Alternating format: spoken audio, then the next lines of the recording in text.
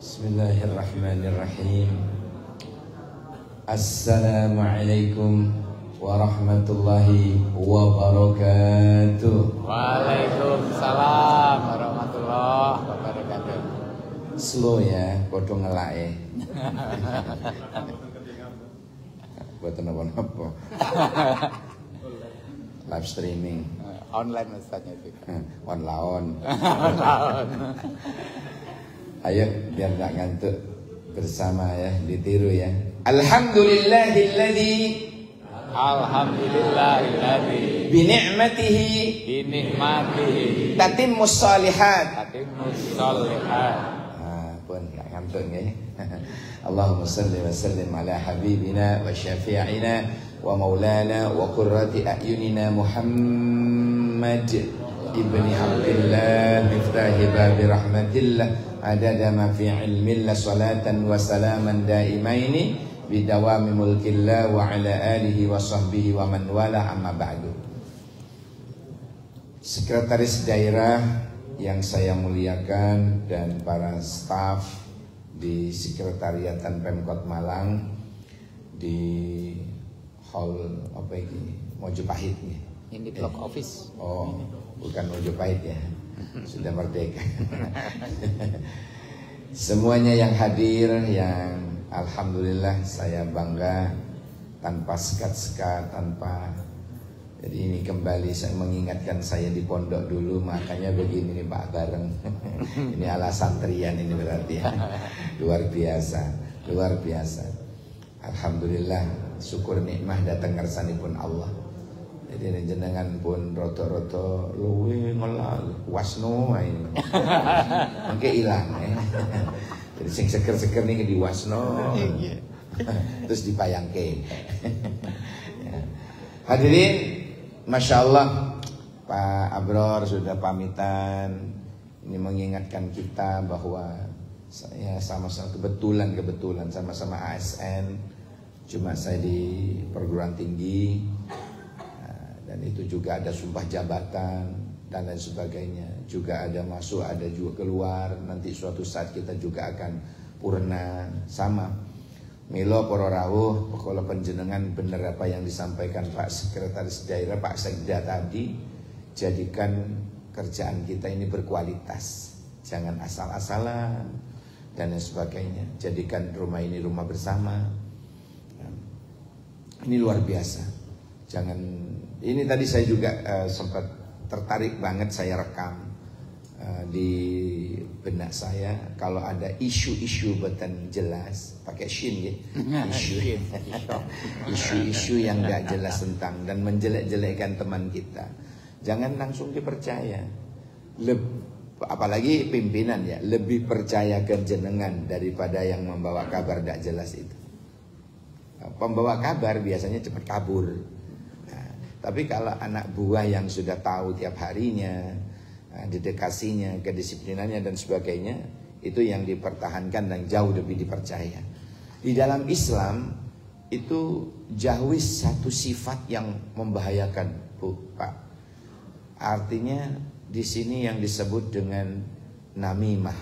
Ya, namimah ini selain membatalkan pahala puasa, puasanya tetap jalan, tetap sah, cuma tidak ada pahalanya, cuma haus dan dahaga gara-gara satu ini. Apa itu? Namimah. Namimah itu jamaknya adalah namam. Bahkan Rasulullah mengatakan begini, la yadkhulul jannah namam, tak akan pernah bisa masuk surga tukang namimah itu. Apa namimah itu? Kata Romai Rama, namimah itu adalah aba-aba domba, adu domba. Jadi artinya kalau bahasa sekarang, namimah itu adalah orangnya disebut provokator. Kerjaannya selalu memprovokasi. Dulu zaman masih jual beli budak ya. Dulu masih ada jual beli budak. Ada sepasang istri itu ke pasar mencari budak. Lah kok ono wong sing dodolan budak. Budak jual murah, budak gitu. Dulu gitu, saking ya Allah, naudzubillah ya. Alhamdulillah Islam datang sehingga pelan-pelan perbudakan terkikis. Nah, dulu ada yang jual budak. Berapa ini? Kok murah banget? Iya, tapi punya satu kelemahan. Kan dia jujur, yang jual jujur. Ini harganya sekian, tapi punya kelemahan. Apa kelemahannya? Namimah. Dia suka namimah. Alah, gampang, bisa diatur. Ngentengke. Ini kita jangan pernah mengenteng namimah. Ini contohnya nih yang saya ceritakan, dan ini dikisahkan dalam kitab. Bukan saya nonton sinetron, buatan. Ini di dalam kitab ada kisah yang menginspirasi datang kula panjenengan. Betapa dahsyatnya, bahayanya provokator. Ini bahayanya. Disebut dalam hadis itu namimah namanya ya. Nah, kemudian terpaksa dibeli. Budak ini dibeli, dibawalah ke rumahnya.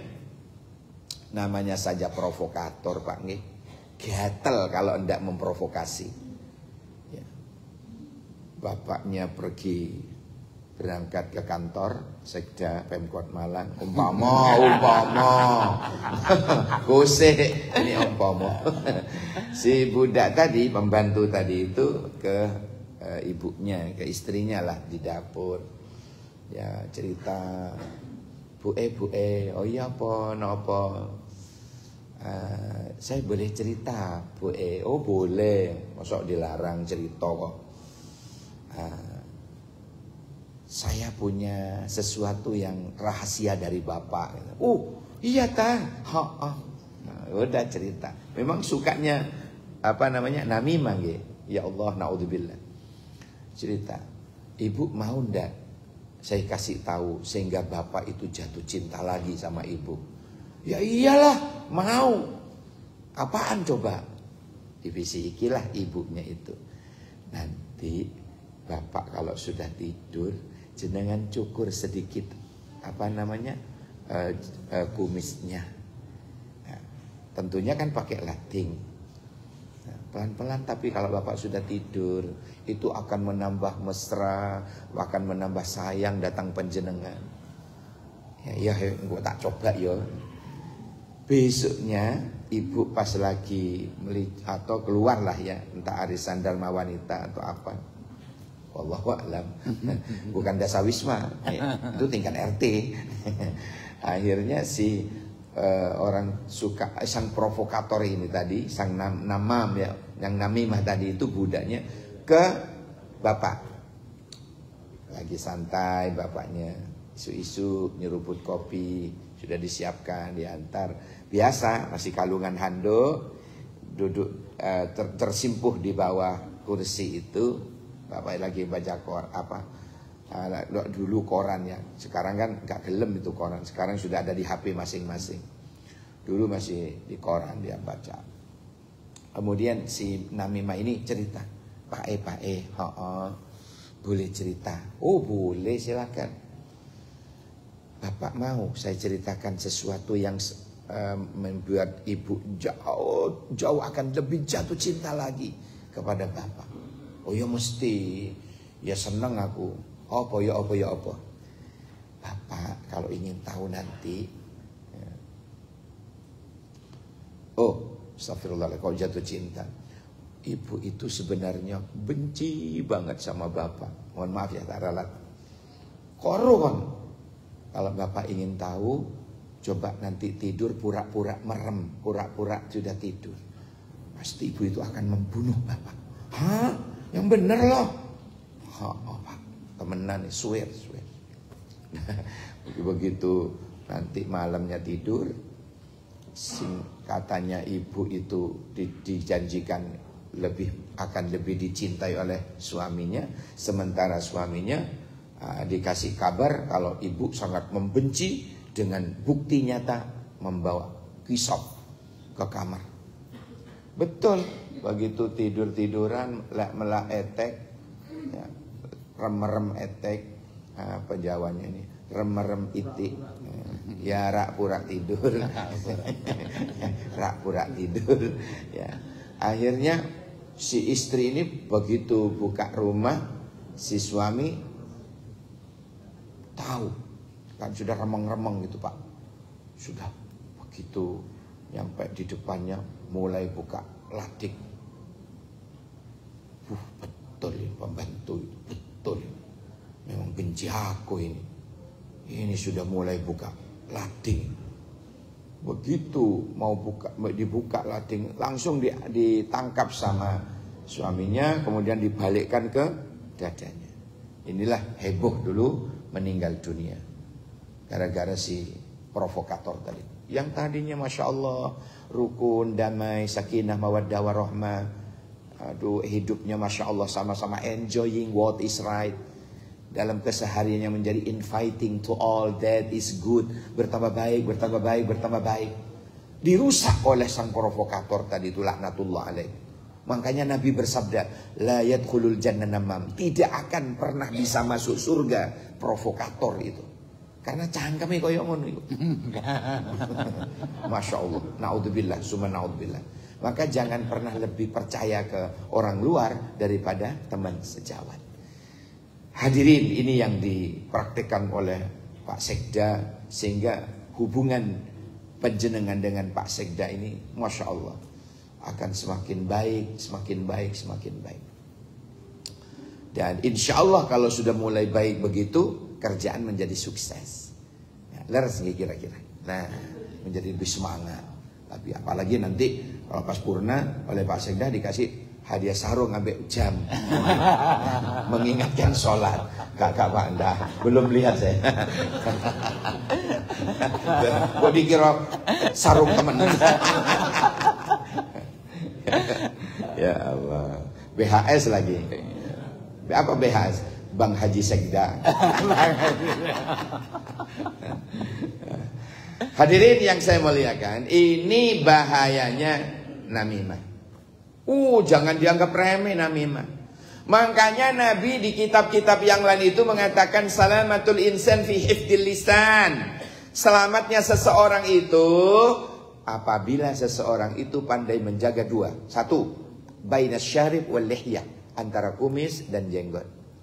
Ono lidah tak bertulang di situ, harus dijaga betul. Justru tak bertulang itulah kadang-kadang iso ngomong api, kadang-kadang iso ngomong gelek. Leres nama betul. Masya Allah. Antara syarib wal lihyah, bainas syarib wal lihyah, antara kumis dan jenggot. Cangkem ya jane. Rusak. Hati-hati saestu. Yang kedua, selamatnya seseorang itu apabila dia pandai menjaga bainal fahdain. Loh, sing-singitan antara nih rong pupu. Lah Pak Sekda sing karo iku.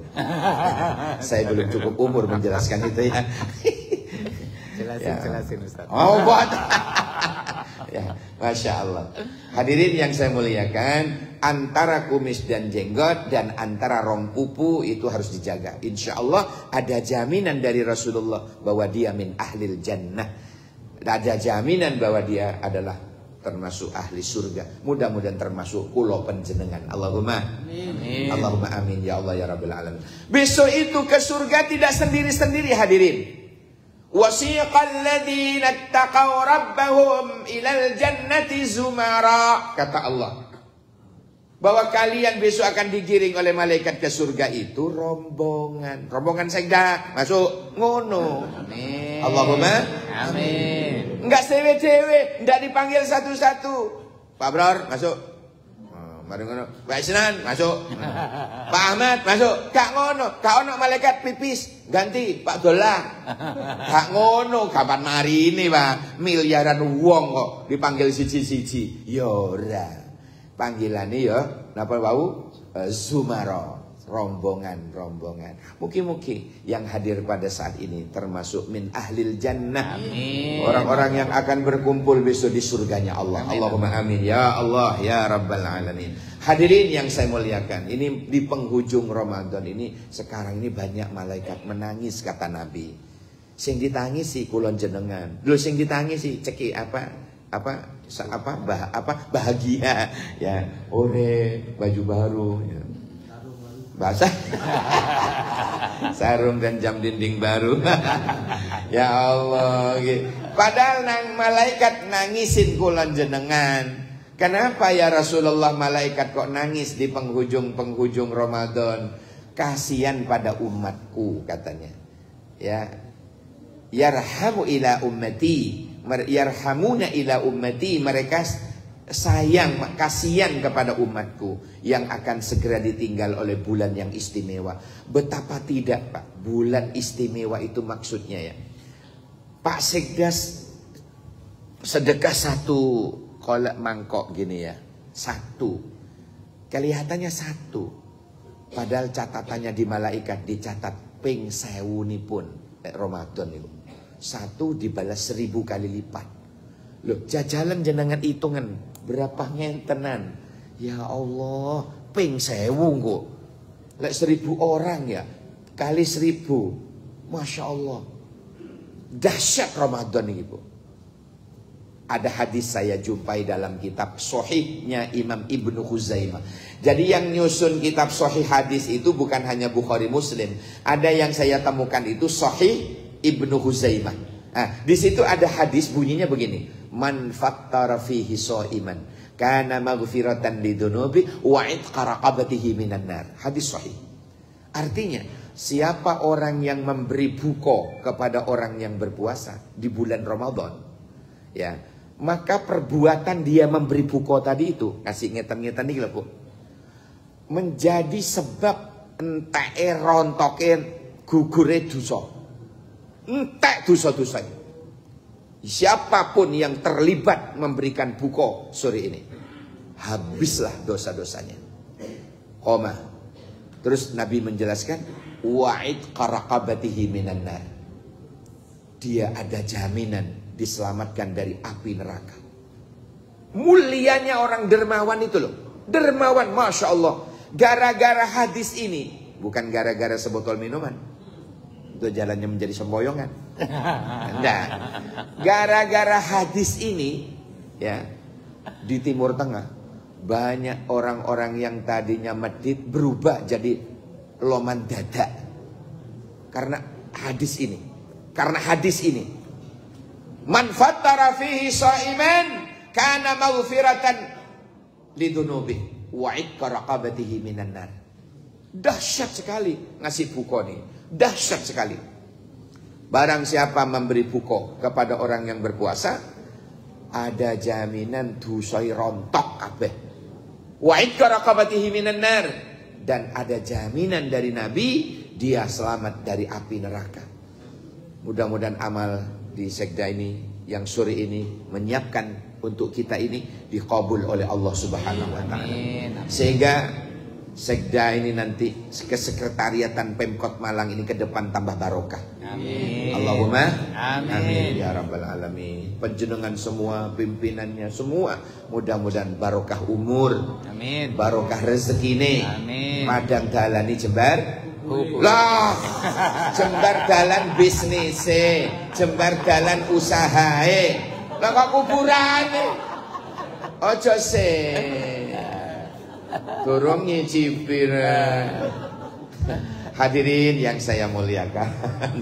Jak susu, pasti nyampe ya. Tak usah susu, nyampe. Aduh, gak berik maghrib lagi. Kurang panjang ceramahnya Pak Sekda ini.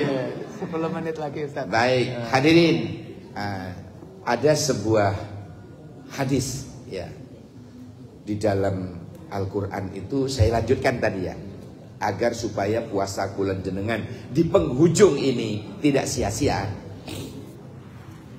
Tadi sudah saya sebut penyebabnya entae pahala, gara-gara nopo wau yang saya ceritakan tadi, namimah. Abah domba, adu domba, itu kan artinya namimah. Kemudian yang kedua al-kadzib. Al-kadzib itu apa? Goroh Pak. Cak, neng dijak Pak Sekda nang Surabaya. Padahal ndelik loh di buritan. Berpuluh-puluh tahun itu dihabiskan hanya gara-gara puasa kita. Subhanallah. Nah, ini puasanya tidak dapat pahala apa-apa. Hanya lu yang ambil ngelak. Kenapa? Gara-gara berdusta. Makanya kalau sudah satu rumah di sini, tiada lagi dusta di antara kita. Insya Allah. Siapa itu? Teman kantor. Langsung. Bojoku. Udah ditakoni loh. Siapa itu? Bojoku. Ketahuan bojone dikerawuk. Wis apa adanya. Ya biasa-biasa aja. Ya jangan sampai ada dusta di antara kita. HP pun juga begitu. Saya di HP di rumah tak geledak no di mico. Silahkan buka. Lek rupas lek rupas putih. Sudah tidak ada lagi dusta antara kita. Apalagi Pak Sekda, Masya Allah, buka-bukaan di dalam kamar tapi. Hadirin, Masya Allah. Ini yang kedua, al-kadhib. Yang ketiga, di situ yang disebut dengan al-ghibah. Nah ini kadang-kadang tak terasa. Ghibah itu apa sih? Beda tipis dengan fitnah. Kalau ghibah, fitnah sama-sama rasan-rasan elek. Bedanya di mana? Ghibah itu ngerasani elek konco, cocok dengan kenyataannya ancen ngono. Lah kok ngomongnya nih nang wong nih. Sini apa? Saya tak kandani wong iku yo. Yo, aku gak ghibah loh. Iki kenyataan.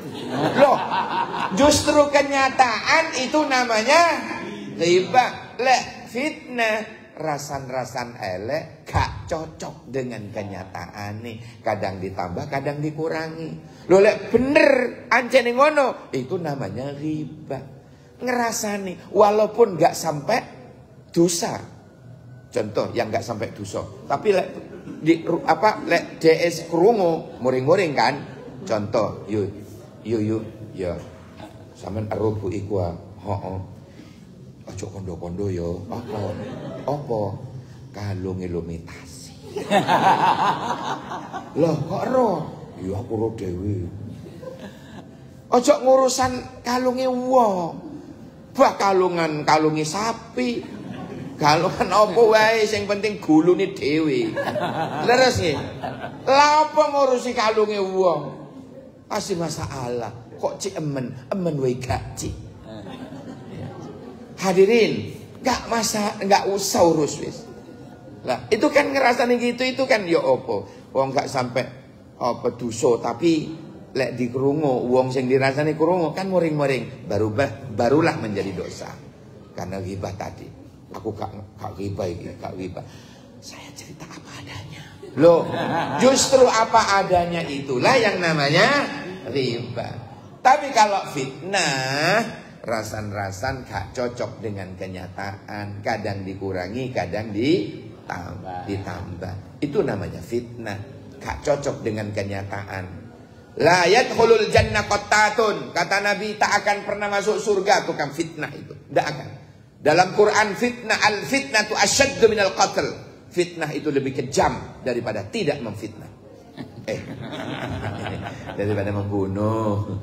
Kalau orang korban bunuh, Pak, trek mati dikubur beres. Paling orang yang bunuh ke penjara selesai. Tapi kalau orang korban fitnah, saat dia ingat sakit, jatuh gugur, jatuh dosa ke dia, kayak yang memfitnah. Yang difitnah, iling manis setahun lagi sakit lagi. Aduh, ya Allah, saya dulu pernah difitnah, sakit lagi, dosa lagi ke situ. Lebih kejam daripada hanya sekedar membunuh.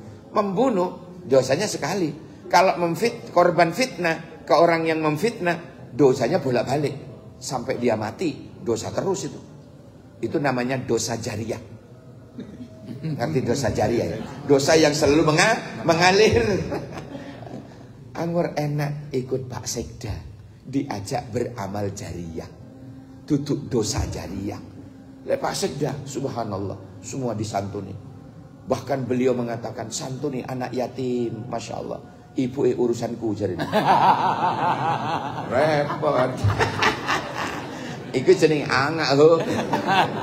Masya Allah. Angak kokoh. Masa anaknya disuruh urus kita. Ibu DE. Anaknya yang ngurus Pak Mabrur kata keserang. Jamur lagi. Jamur, ngerti jamur. Yang dipilih Pak Sekda jamur. Janda muda di bawah umur. Allahumma shalli ala Muhammad. Allahumma shalli. Hadirin, ini kurang sedikit. Ada barangkali yang mau ditanyakan. Oh, belum selesai. Belum selesai. Apalagi yang bisa menggugurkan pahala puasa? Kadzib, namimah, fitnah atau ghibah tadi ya. Yang keempat, wal yaminul ghamus, atau dalam redaksi hadis yang lain, wal yaminul kadhibah, sumpah yang bohong, sumpah palsu. Dodolan misalnya, piro yun 70. Kok iso ta 40? Wallahi. Nah, muncul wis. Muncul sumpah wis. Bawa nama-nama Allah sudah. Wallahi. Iki mang ono sing nawa nyang swidak. Padahal laler durung mencelok di kono. Kok ono wong maksude sekan. Lah kok wis wani demi Allah. Orang yang membawa-bawa nama Allah dalam setiap ucapannya, pertanda orang itu tidak jujur. Titik-titik wallahi, titik-titik wallahi, titik-titik wallahi. Endingnya goro. Orang kalau sudah goroh sepisan, orang wogah bisa dah. Yakin kula. Piye niku ono? Tolong ada macan, tolong. Jadi nih, cewek kos-kosan. Barang masyarakat mak geruduk rono. Ya Allah, macan-macanan itu loh. Apa namanya, boneka. Kurang ajar. Besoknya ngono maneh. Tolong. Masyarakat alah goro paling. Ternyata macan temenan. Entek kare kutangi. Ambek roke. Kotangi dilepeh. Gak doyan lagi doyan. Ya Allah. Makanya orang berdusta sekali, orang sudah ogah wis. Leres nih. Orang kalau kelihatan berdusta sekali saja, orang sudah ogah. Kapatean wis berdusta. Padahal saat itu memang benar-benar butuh pertolongan. Masya Allah. Jadi yang keempat yang menjadikan puasa kita tinggal luwe ambek ngelak itu pahalane genok. Bahasa Ketawang Gede nih, genok. Siapa yang dari Ketawang Gede? Saya belajar Jawa dulu dari sana, Pak. Genok, kaono. Ya, jadi tinggal luwe ambek ngelak itu. Gimana? Ya itu tadi. Ya, kadzibah, namimah, apa tadi Pak? Ghibah, sumpah palsu. Nah ini, jadi jangan suka sumpah, nggih. Dalam setiap pekerjaan pemawon pun, dalam setiap tugas kula jenengan, ojo sampai titik-titik demi Allah, titik-titik demi Allah. Ujungnya apa? Goro. Ojo. Allah ndak ridho. Nama-namanya disebut dalam kemaksiatan, nggih. Masya Allah. Pun yang terakhir, wan nazaru bisyahwah. Lo ini memandang dengan penuh syahwat. Ini Pak Sekda ini hati-hati. Contoh. Ini dia ya. Pak Sekda hati-hati Pak Sekda. Makanya kemarin itu ngejak kula mawon ke Matos. Di situ ternyata ada puler-puler itu. Pupu diler. Ya Allah, Pak Sekda ini sudah mau berhati-hati. Gak mau keluaran di kantor, di rumah, di kamar gitu. Tapi karena maksiat di akhir zaman ini seperti hujan deras. Maksiat di akhir zaman ini diibaratkan seperti hujan deras. Takkan apa hajungan ki kopo ki ya. Masih basah juga. Ki kopo juga. Jangan gitu, bahaya ya. Jangan pakai bahasa saya. Masih kopo juga. Masih arti sih basah juga. Pakai mantel. Sudah pakai mantel. Gerukut dengan mantel sudah. Hujannya deras banget. Masih juga masuk ke dalam. Leres nih. Akhir itu loh. Tak terbendung. Hampir. Tak terbendung. Pun iki. Jadi jangan memandang dengan penuh syahwat. Kita akhiri. Ubur-ubur ikan lele. Bayai bukole. Baiklah hadirin, ini saya anjurkan kalau sudah masuk jangan doa Allah malaikat sumtu. Itu salah, misjudgment on the please. Salah menempatkan doa. Bismillahirrahmanirrahim, kemudian dilak-lak-lak-lak baru doa itu. Paham ya? Lah gurung dibatalke sudah doa itu. Nah, salah besar, nggih. Sudah. Saya contohi soalnya. Oh belum ya. Palang ini. Sudah mancing. Kacepot bulan merah, mon bade selopot anyuna sapora, sakit bengkong cek sarana, sakalangkom saporana. Buah durian, buah kedong-dong. Cukup sekian dong. Assalamualaikum warahmatullahi wabarakatuh. Waalaikumsalam warahmatullahi. Habis ini tak contohin.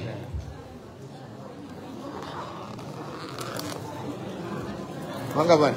Temenan nanti. Cukup bismillah dulu.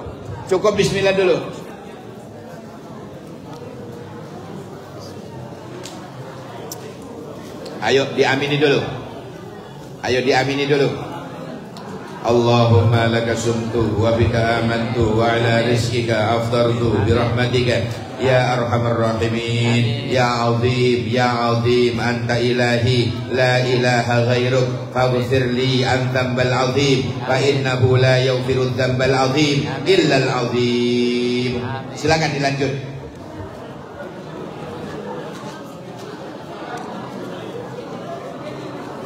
Ayo, buka Mas Izam. Yes, mainkan. Ayo, arah-arah itu loh. Ayo sini. Ayo.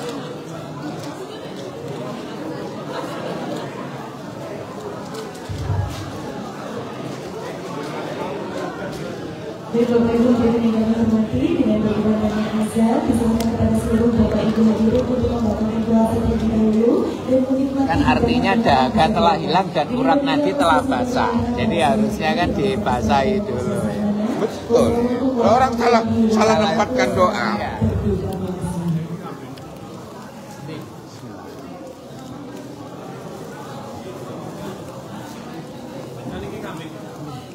Campur. Ini juga. Nah, sama. Ayo. Rasa kambing. Iya.